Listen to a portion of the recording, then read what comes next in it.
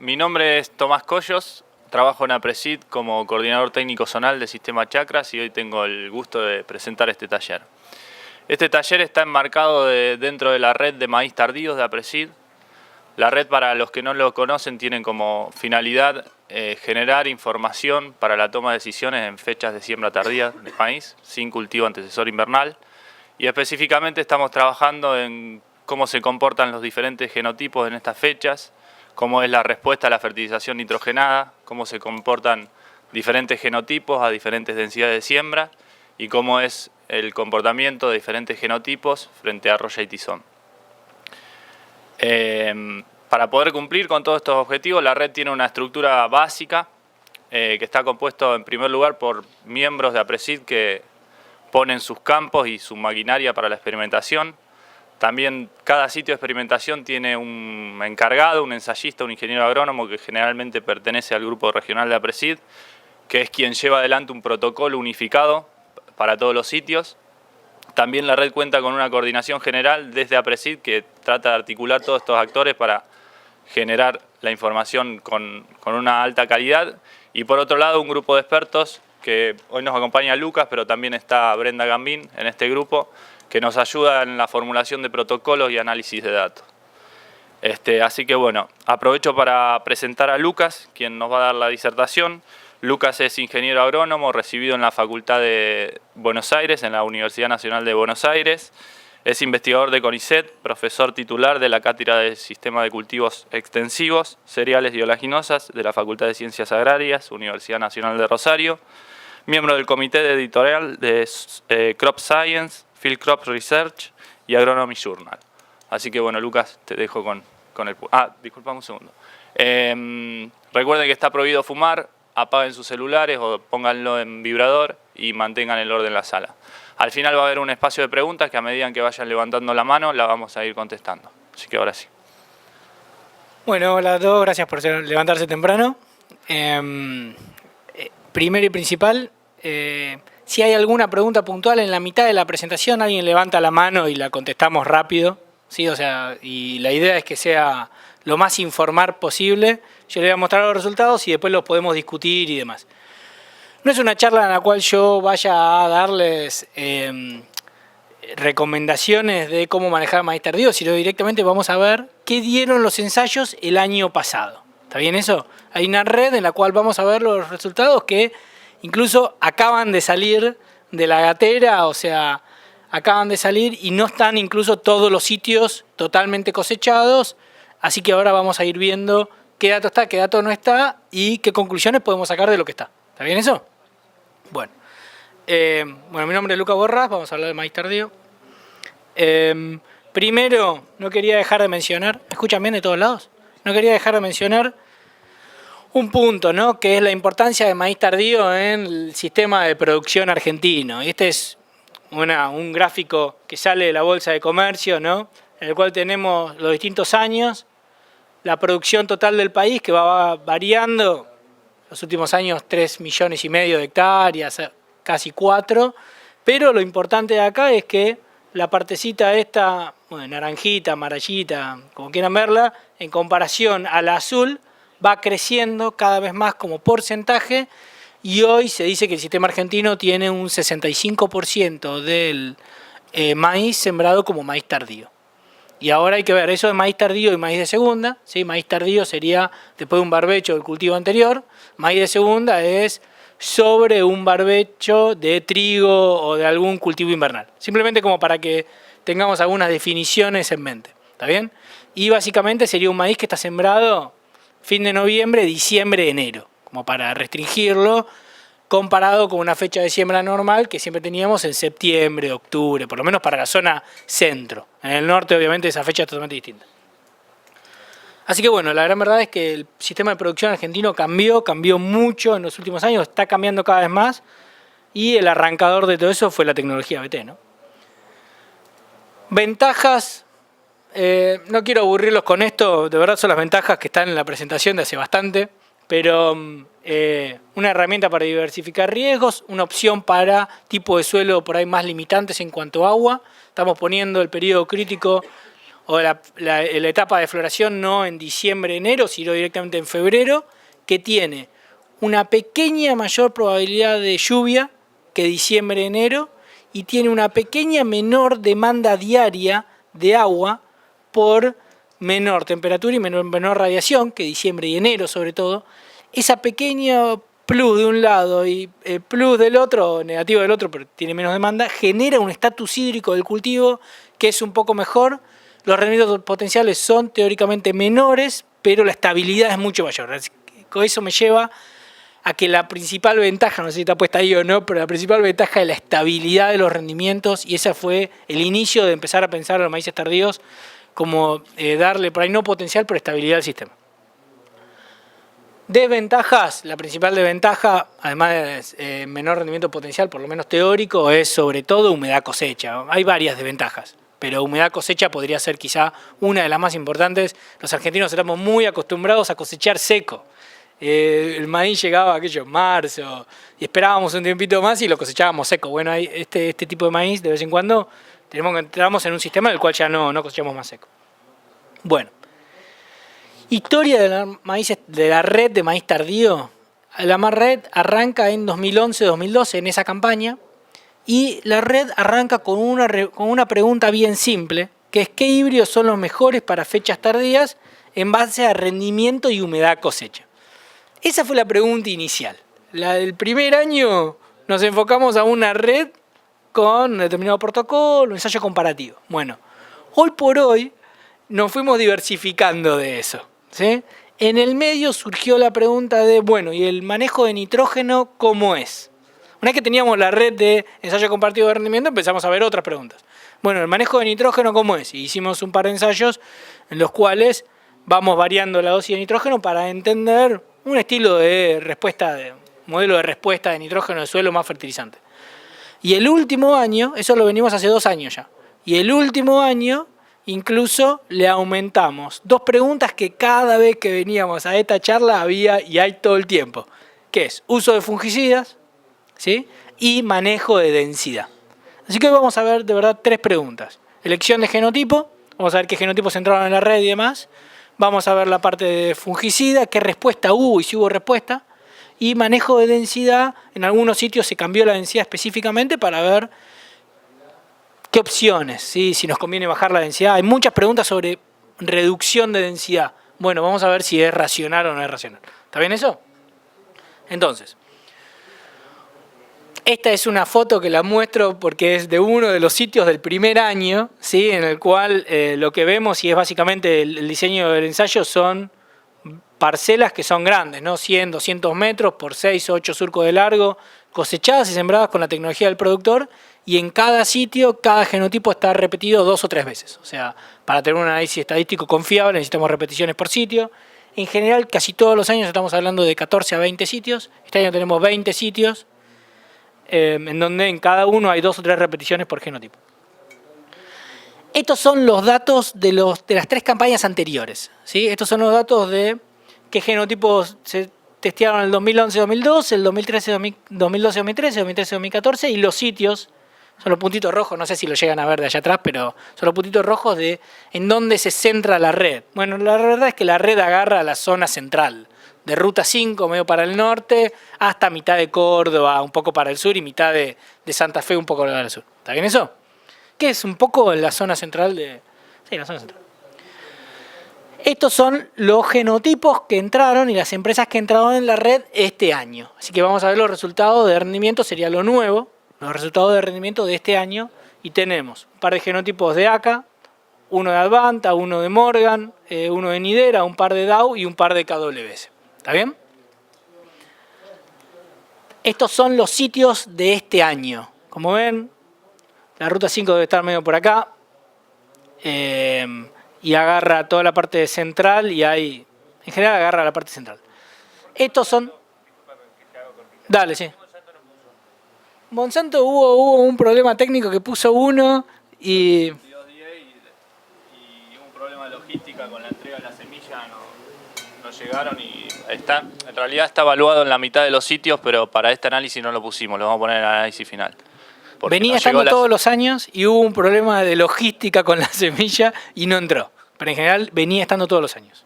Sí, venía con el 72. 72 Empezó días. con el 747 y después pasó al 7210. Es una buena pregunta porque es una de las empresas más importantes. Estos son los datos esos son los puntos de los 15 sitios que les voy a mostrar. Estos son los sitios. Esto es una descripción de los sitios. Una cosa importante es que esto va a estar disponible, la presentación está disponible online, así que no se maten copiando esto, copiando lo otro. Directamente eso lo van a tener disponible, ¿sí? O sea que es información que pueden después tener. Pero bueno, tenemos fecha de siembra, densidad usada, materia orgánica, nitrógeno de suelo más fertilizante. Esto es la descripción de cada sitio. Fecha de siembra es desde el 1 de noviembre. O sea que si dice, supongamos, este sitio dice 47, es fin de diciembre. ¿Está bien? Para que se den una idea. En general todos los sitios van a estar sembrados en diciembre, aproximadamente. Bueno, primer punto, vamos a ver los datos de rendimiento corregido a 14% de humedad. ¿Sí? Esto es algo que me es importante que se lleven a su casa. Esto es uno de los puntos que quiero que se lleven, más allá de qué genotipo gana, qué genotipo conviene sembrar y demás. Cuando uno mira la red de ensayos y uno tiene muchos sitios, muchos genotipos y todo ese pool de datos que se genera, el efecto sitio explica mucho más que el efecto genotipo. ¿Está bien? O sea, lo que se hizo con qué tipo de suelo en este sitio, dónde está el sitio, qué densidad se usó, qué nitrógeno se usó, qué rotación venía y demás, explica mucho más las diferencias de rendimiento de todo el set de datos que el genotipo específico que vayan a sembrar. ¿Está bien eso? O sea, en general el pool de datos está explicado, qué sé yo, campaña 2012-2013, 82% sitio. El genotipo de ese año no explicó casi nada. O sea que el genotipo que elegíamos era, no voy a decir irrelevante, pero no era primordial. Hay otras cosas que son mucho más importantes. ¿Está bien eso? El sitio siempre explica, bueno, implicaba un 2, un 7 y un 4. En general la interacción genotipo por sitio siempre es un poquito más importante. Es muy difícil de manejar la interacción. Tenemos que tener datos muy precisos, pero siempre es un poco más, explica mucho. Y después tenemos una parte residual que no podemos explicar, pero el efecto sitio explica mucho. Eso es algo que quiero que se lleven a su casa. Ahí entra el manejo de ustedes. ¿Dónde lo ponemos? ¿Qué lote lo ponemos? Y demás. Todo lo que estaba en esta tabla es del sitio. ¿Está bien? Eso es el sitio. ¿Qué tipo de suelo tienen y demás? Bueno, este año el efecto sitio baja un poco. El efecto del genotipo, cuánto explica el genotipo del pool de datos, es un poco mayor para los 15 sitios que tenemos. Hay que esperar otros 5 sitios, pero en general la tendencia ya se muestra. Y de vuelta, la interacción genotipo por sitio es un poco más importante, pero bueno, esto es importante. Cuando miramos los sitios que tuvimos este año y qué rendimiento estamos hablando, esto está bueno para ver qué rendimiento tuvimos en cada uno de los sitios que tuvimos maíz tardío. Estos son los 15 sitios. El promedio de rendimiento de todos los ensayos está en 4.500 kilos aproximado, pero hay algunos sitios que estamos en casi 12.000 kilos de media. Algunos genotipos rinden más que eso. ¿Sí? Cada una de estas barras son todos los datos de este sitio, ¿sí? Y esta es la media estaría por acá. Los datos más altos y los datos más bajos están ahí, ¿está bien? De ese sitio. Pero como ven, hay sitios que estamos en 7.000 kilos de media y hay sitios que estamos en 11.500 kilos de media.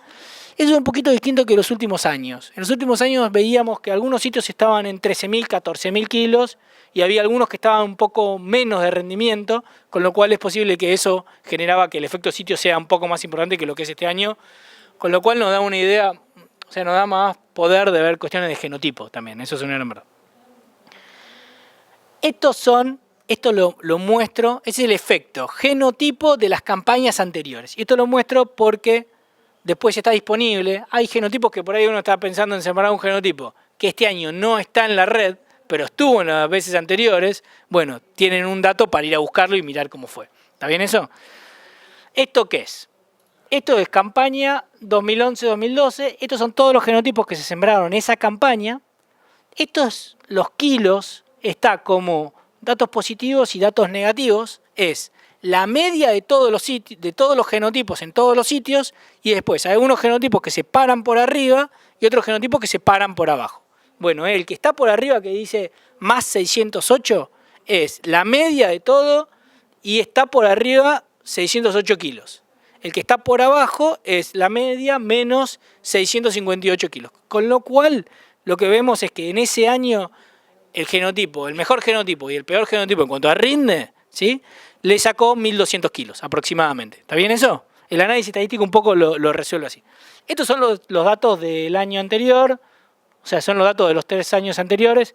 En general, cuando empiezan a ver un poco los datos, el genotipo más exitoso y el menos exitoso en cuanto a rendimiento, vamos a estar hablando de entre 1.000 y 1.500 kilos de diferencia, no mucho más que eso. ¿Está bien eso?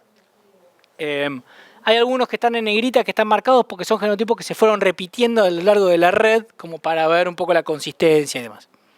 Se los dejo porque por ahí son datos útiles para alguien que aumenta la cantidad de genotipos que puedan mirar. Estos son los datos de este año, ¿sí? Esto de la media son 8.400 kilos, ¿sí? La mínima diferencia significativa son 505 kilos. Y hay algunos genotipos que están por arriba de la media y otros genotipos que están por abajo. De vuelta, la diferencia entre el más exitoso y el menos exitoso son 1.200 kilos. Es el valor del genotipo, básicamente, de elegir el genotipo apropiado. Y más allá de eso, esto es rendimiento corregido a 14% de humedad. Algunos estaban con más 400 kilos y otros estamos con... Bueno, hay uno que está en menos 800, pero otros están en menos 800. Básicamente hay unos 800, 1.000 kilos de diferencia. Después cada uno verá cuál genotipo elige, ¿no? Esto es un poco lo que estaba antes, es el efecto genotipo, esto, ¿sí?, el 14%. Esto es un poco la interacción. Esta figura es complicada, no me voy a detener a explicarla, pero lo que dice es que si bien los genotipos de KWS o algunos genotipos de KWS quedan muy abajo en la tabla, en algunos sitios particulares, como por ejemplo este, Salto, los de KWS quedaban arriba de todo. ¿Está bien? O sea que hay una interacción genotipo por sitio que es relevante y no es menor. Humedad cosecha, un punto bien importante para maíz tardío. Podemos tener un muy buen rendimiento, pero después si tenemos muy mala humedad, nos merma mucho el análisis económico a fin de la campaña. Estos son los sitios, y esta es la humedad cosecha de los distintos sitios que cosechamos. Algunos sitios se cosecharon con humedades realmente altas, ¿sí?, entre 20 y 22%. En general el sitio que está en 9 de julio, por esa zona, siempre cosecha con humedad más alta. Y hay otros sitios que se cosecharon con una humedad muy aceptable, muy buena, para hacer un maíz tardío. En general la media está en 16,6, pero bueno, esto es importante, es un número que impacta en el cálculo económico que tenemos, ¿no? Estos son de vuelta, estos se los dejo para ustedes, para que los quieran ver si hay algún genotipo que este año no entró, pero estaba en los años anteriores. Esto es, de vuelta, tener la media y después está el genotipo que está más seco y el que está más húmedo, ¿sí?, con respecto a la media de la campaña 2011-2012, 2012-2013, 2013-2014. ¿Está bien? Estos son los datos de este año, el efecto genotipo sobre el promedio de humedad, ¿sí? En promedio de humedad teníamos 16,6%, 16,7%. La mínima diferencia significativa, o sea, la diferencia que genera que un genotipo sea distinto a otro en humedad, es medio punto. Y tenemos algunos genotipos que están medio punto por debajo de la media y otros que están un punto o casi un punto, con lo cual hay 1,5 puntos de diferencia entre genotipos, que es una diferencia no menor cuando vamos a hacer el análisis. Rendimiento corregido por costo de secada. Esto me parece que lo venimos haciendo todos los años y creo que es un dato interesante. Lo que pusimos este año es, de vuelta, una merma de rendimiento de 3% por cada punto de diferencia de humedad, ¿sí?, como para tener una idea de un rendimiento corregido, porque hay algunos que rinden más pero están más húmedos y otros que rinden menos pero están más secos, como para tener una idea de cómo quedan en un balance entre rendimiento y humedad. Creo que este es un dato, creo que esta sería la tabla un poco para decidir qué genotipo sembrar desde mi punto de vista. Dale. Sí, es una buena pregunta. Cada ensayista decide por sí cuál es el momento de cosecha de su lote. ¿Sí? Hay 20 sitios y cada sitio está, en cada ensayista, en cada sitio, siembra el lote que él quiere, la densidad que quiere, el manejo de nutrientes que el ensayista quiere y la fecha de cosecha. ¿sí? En general debería de representar, como son todos, o la mayoría de los campos son en la PRESID, debería de representar la media a lo largo de... Por ahí hay uno que hace algo muy raro, pero después en general casi todos van a hacer una cosa que sea la media. ¿Está bien eso? Eso es un ensayo grande, con lo cual nadie va a cosechar con 30% de humedad porque total no me impacta en ningún tipo. También eso también es verdad. Pero bueno, costo corregido por costo de secada, estos son los datos de los años anteriores. Estos son los datos de este año. Esto es el ranking de genotipos en rendimiento, 7.600 kilos, pero ahora le corregimos el rendimiento porque algunos estaban más secos, otros estaban más húmedos, un rendimiento corregido por algún estimativo de costo de cosecha, que está puesto en kilos y eso le hace subir los kilos o bajar los kilos. ¿Está bien eso? Pero en general, de vuelta, hay una diferencia. En general los que rinden mucho están acá también, está un poquito más húmedo, un poquito más seco, quedan arriba, los que están por abajo quedan abajo, pero hay un movimiento de algún genotipo particular, porque siempre hay alguno que rinde bastante, pero está un poco más húmedo que el resto. Bueno, estas eran las otras preguntas que yo les dije que este año se incorporaron en la red, que hay dos preguntas. Una es uso de fungicidas y la otra es densidad. Vamos con fungicidas primero. Con fungicidas hicimos tres ensayos, en los cuales se aplicó un fungicida en vegetativo, en un momento entre B10 y B14, ¿sí? Se hizo en 3 sitios, ¿sí? Y es el mismo ensayo comparativo con los mismos genotipos que veníamos viendo antes, pero con y sin fungicida. ¿Sí? O sea, el ensayo se dividió en dos, y una parte que tenía con fungicida y una parte sin fungicida. Estos son los datos, vamos a ver, primero el efecto, la parte estadística. Esto es sobre rendimiento. Hay efecto genotipo, que decir que no todos los genotipos rinden lo mismo, ya lo sabíamos de antes, ¿sí? Segundo, y esto es un poco cómo quedan rankeados en este otro ensayo, porque es un ensayo paralelo, de verdad que está nada más en 3 sitios, pero el ranking es bastante parecido, ¿no? La verdad que no cambia mucho. Pero esto no es tan importante. Hay interacción genotipo por sitio, que sabíamos que no todos los genotipos se comportan igual en todos los sitios, pero vamos al tratamiento, que es el tratamiento fungicida. Como promedio de los 3 sitios, ¿sí? Tenemos no tratado y tratado, hay un efecto significativo. El no tratado son 6.500 kilos y el tratado son 7.000 kilos. O sea que en promedio el fungicida me está dando 500 kilos. Pero una cosa importante es que hay interacción, ¿sí? Sitio por tratamiento, genotipo por tratamiento. Quiere decir que no en todos los sitios me dio lo mismo y no en todos los genotipos me da lo mismo. ¿Estamos bien?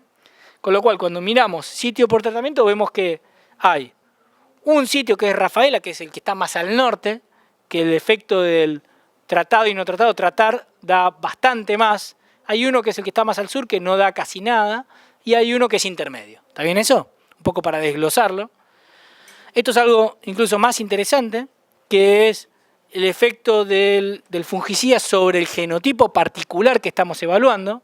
No todos los genotipos tienen la misma susceptibilidad a enfermedades, ¿sí? El valor de un fungicida es distinto en un genotipo que en otro, y esto se ve. Sí, acá está, algunos genotipos no hay casi diferencia, hay una tendencia pero no hay diferencia, y hay otros, que es el 470, hay una diferencia importante entre tratado y no tratado. Estos datos se los dejo para que los tengan, ¿sí? O sea, está el análisis estadístico y hay una estrellita que me dice, acá hay una diferencia significativa, acá no, acá sí. La tendencia general es que siempre el tratado da un poquito más que el no tratado. En algunos casos esa diferencia es suficientemente grande como para que sea significativa o no. También hay que ver un poco el punto de vista biológico, ¿no? Si la tendencia da en algunos un poquito más, otros un poquito menos, pero la tendencia da, quiere decir que es importante. Y bueno, a su vez hay una triple interacción, ¿sí? Que es que no es lo mismo el sitio, el genotipo y el tratamiento. Vamos a ver algunos genotipos particulares, qué sé yo. El 470, que recién veíamos que lo da. Y el 470 es un genotipo muy exitoso, de verdad, que viene estando en la red todos los años. Es un genotipo muy rendidor, que le viene yendo muy bien. Hay un sitio en el que no da nada, tratado y no tratado. Y hay otros 2 sitios que sí, que aumenta el rendimiento. Y qué sé yo, después tenemos este de KWS, por ejemplo, que en ninguno de los 3 sitios da absolutamente nada. ¿Está bien eso? Bueno, también se los dejo como para que vean todos los genotipos particulares. Por otro lado, Vamos al tema densidad, que es otra de las grandes preguntas, que siempre me pregunta de qué manejo la densidad, si la puedo bajar, si la dejo alta, igual que primera fecha, segunda fecha. Vamos, con densidad. ¿Qué se hizo para densidad? Lo que hicimos fue, así como con fungicida, lo que hicimos resolver de manera simple, ¿no? En 3 sitios que ya teníamos en el ensayo, a su vez agregarle, con fungicida y sin fungicida. Lo que hicimos con densidad fue, en 3 sitios, ¿sí? Lo que hicimos fue el tratamiento control, que es lo que pone el productor, lo que el ensayista estaba dispuesto a poner en ese ensayo, y le dijimos que ponga entre un 20 y un 25% menos y un 20 y un 25% más. ¿Está bien eso? O sea, el ensayista decide el control, que es más o menos lo que está poniendo en sus lotes de la región, y le puso 20% más, 20 o 25% menos, 20 a 25% más. Los números dan, depende de cómo calibró la sembradora y demás. Estos son los 3 sitios, como se ven geográficamente, estos son los 3 sitios. Esta es la media, ¿sí? Que estas son densidades promedio, ¿sí? Quizá 7,5 es un poquito alta, pero ese es el dato promedio. Esta es la densidad baja y esta es la densidad alta de cada sitio. Y este ya es el rendimiento promedio de todo el sitio. Que esto está bueno porque tuvimos un sitio que estuvo cerca de 9.000 kilos, un sitio que estuvo en 7.500 kilos y otro que estuvo un poquito menos de 5.000 kilos. Que esto está bueno para ver un poco la diferencia de la interacción genotipo por densidad por índice ambiental, ¿no? Recordemos que cuanto peor es el índice ambiental, peor es el ambiente. En general nos conviene poner densidades más bajas.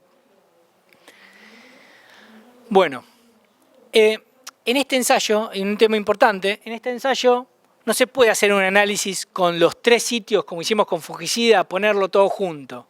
Porque ahí era bastante simple, eran todos los genotipos, 3 sitios, pero con fungicida y sin fungicida, mismo fungicida, mismo tipo de aplicación.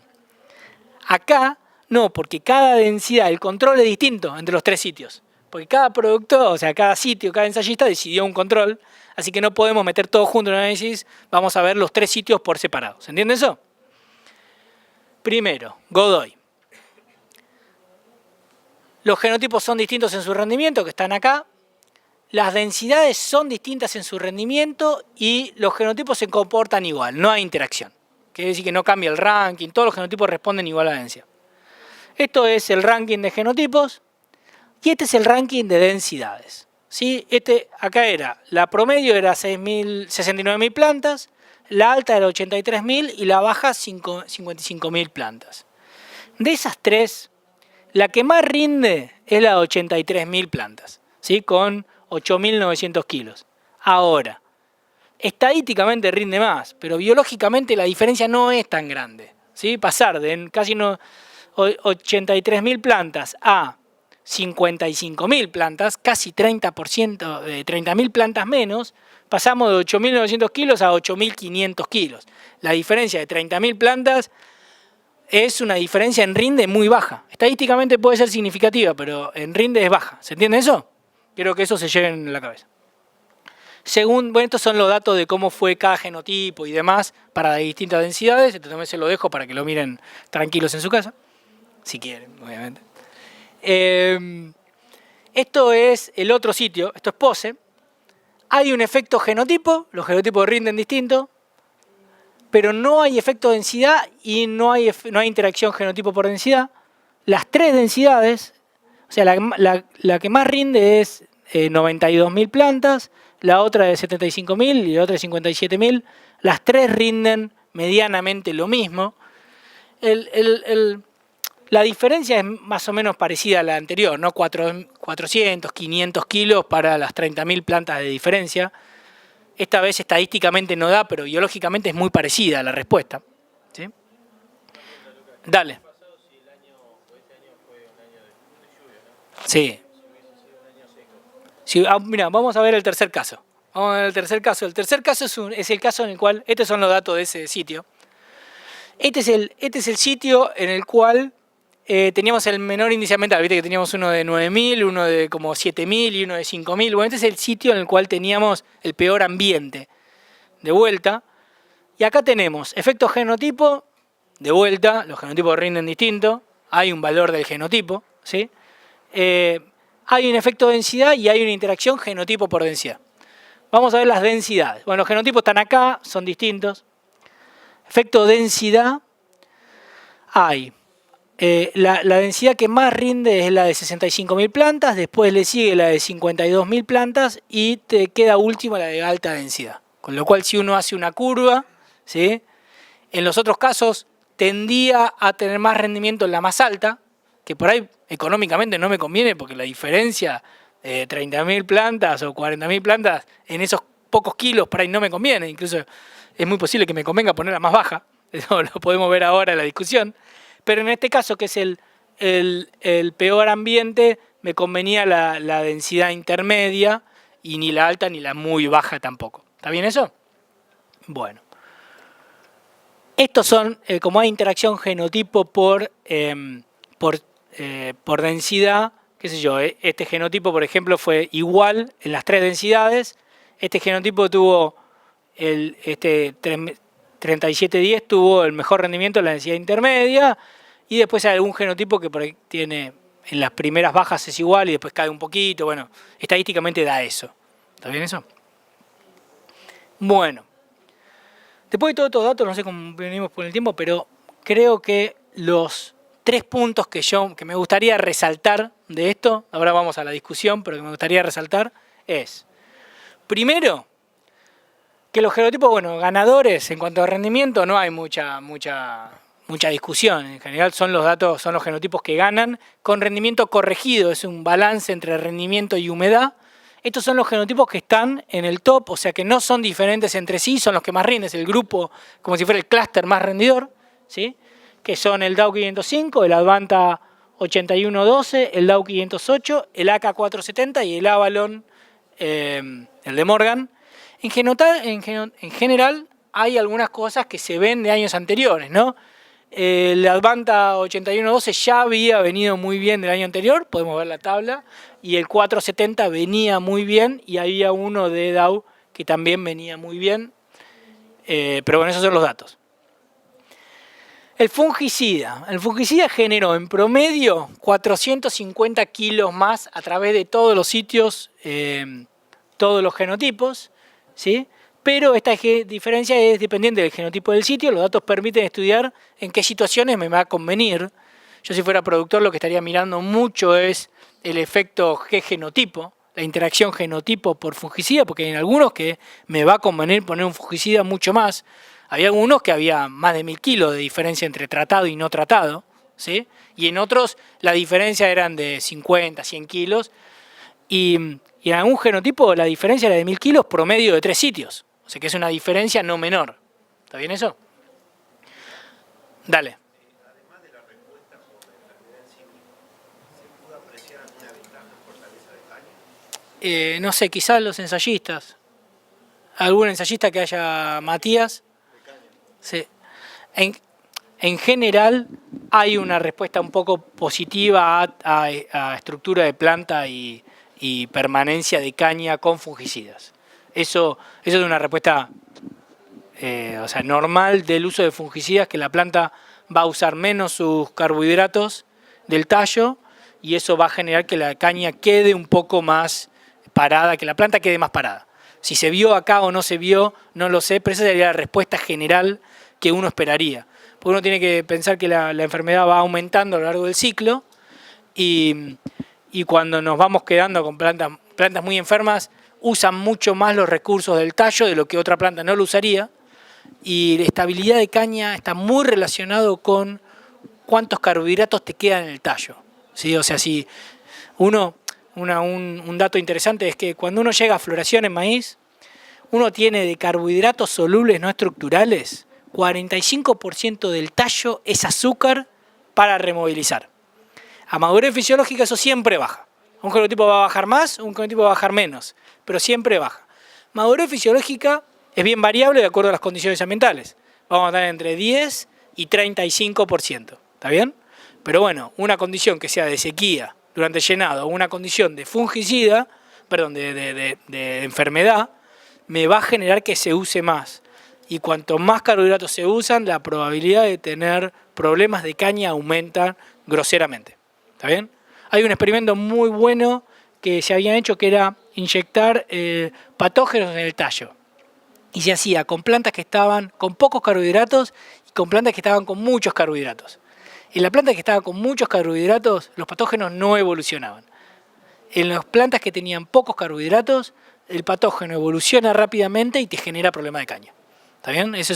Había una interacción ahí, que el patógeno evoluciona en una situación y en la otra no, y en muchas veces problemas de caña se dan, que se enferma la caña. No, el patógeno siempre está.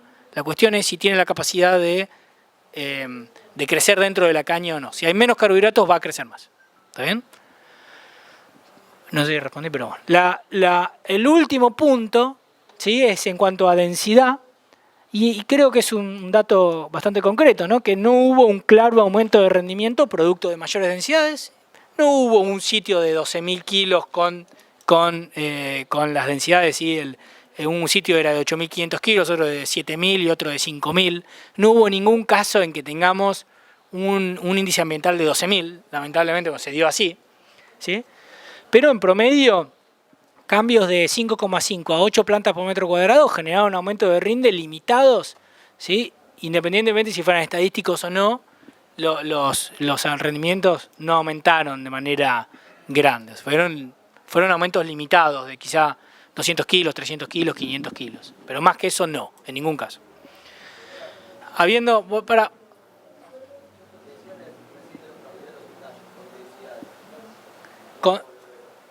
Con densidades pasa un poco lo mismo que con un fungicida.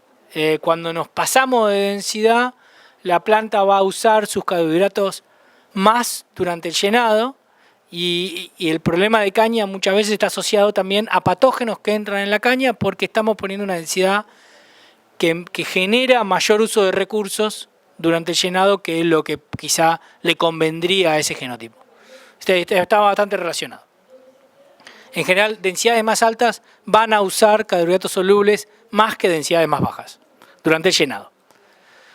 Bueno, esta es un poco la lista de las empresas que hay que agradecerle porque son las que bancan la red, bancan la generación de toda esta información, que creo que es relevante.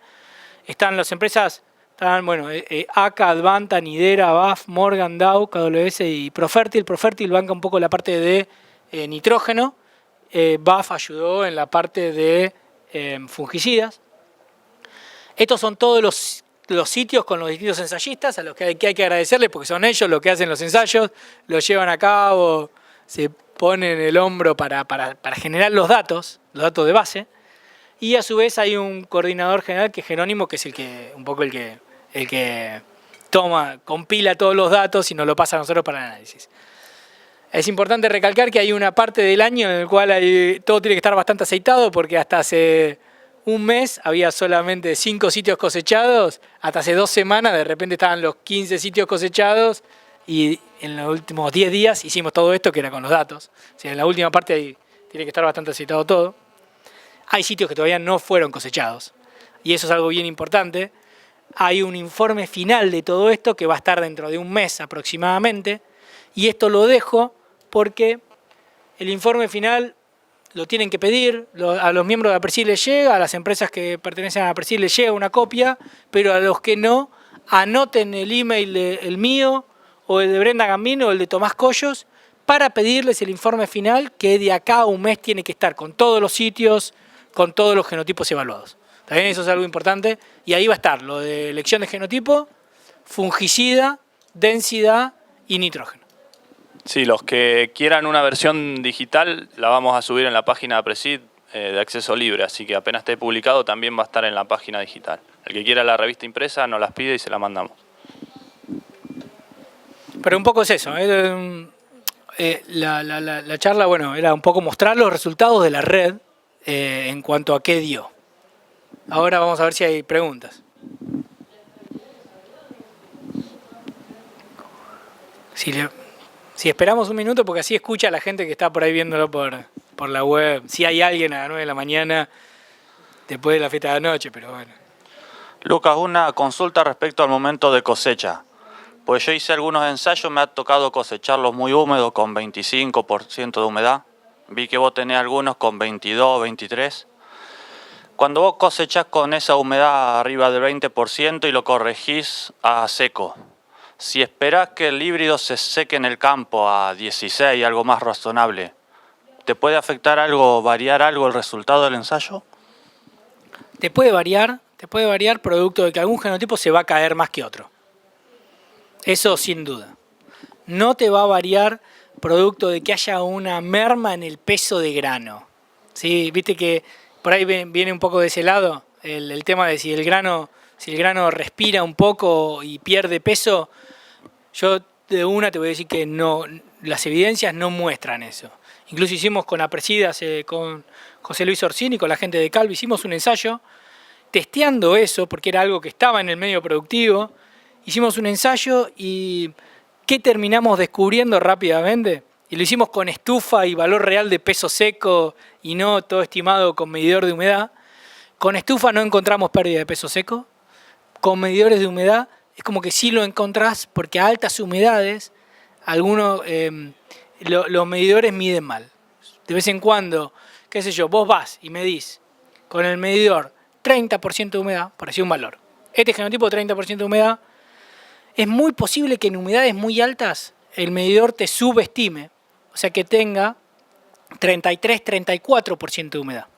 Si tiene 30% de humedad, o sea, si de verdad tenía 33 y a vos te dio 30, hay un 3% que vos dijiste que era peso seco. Y de verdad era agua. Entonces eso genera que esta parte de acá, en la parte de humedad, ¿se entiende? Hay una cuestión de que estás poniendo...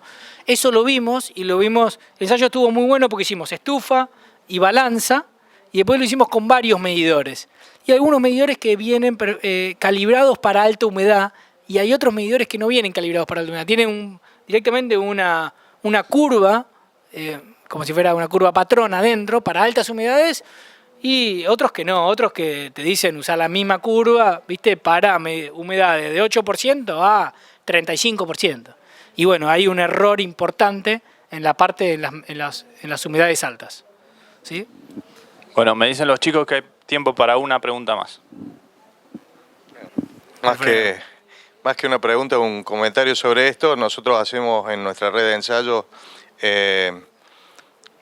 medimos a campo y después llevamos las muestras, como hacemos otras cosas, y después las medimos en el laboratorio. Y es corroborando lo que vos decís, pero contestándole a Martín, lo que sí hemos visto es que llega un punto donde el ambiente sí te marca la humedad. Y hay humedades, vos lo tenés en los sitios esos que eran muy bajos, donde prácticamente el box que tenés es muy chiquito y eso hace que el ambiente te unificó todas las humedades. Y eso se da también a nivel de campo.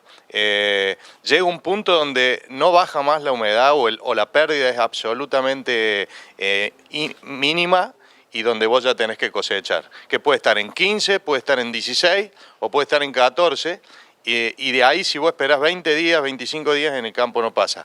Nosotros en nuestra red de ensayo incluimos un grupo de materiales que no son recomendados, pero lo hacemos para medir, que son los flint.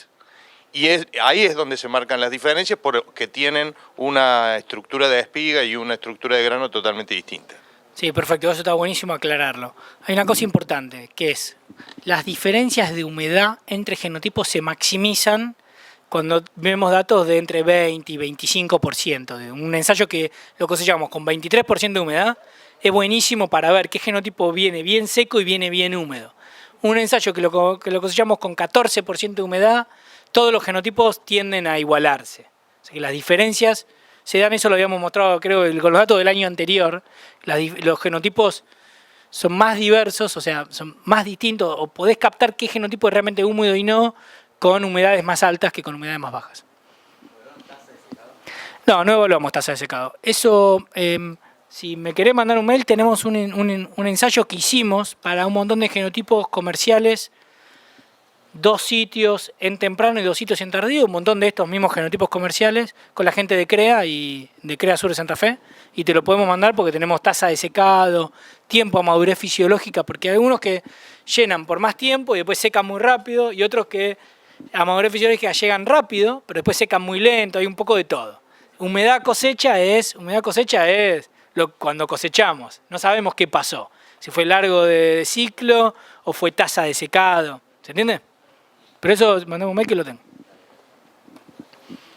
Bueno, se cumplió el tiempo, damos por finalizado el taller, despedimos a Lucas con un aplauso y agradecemos a todos los participantes.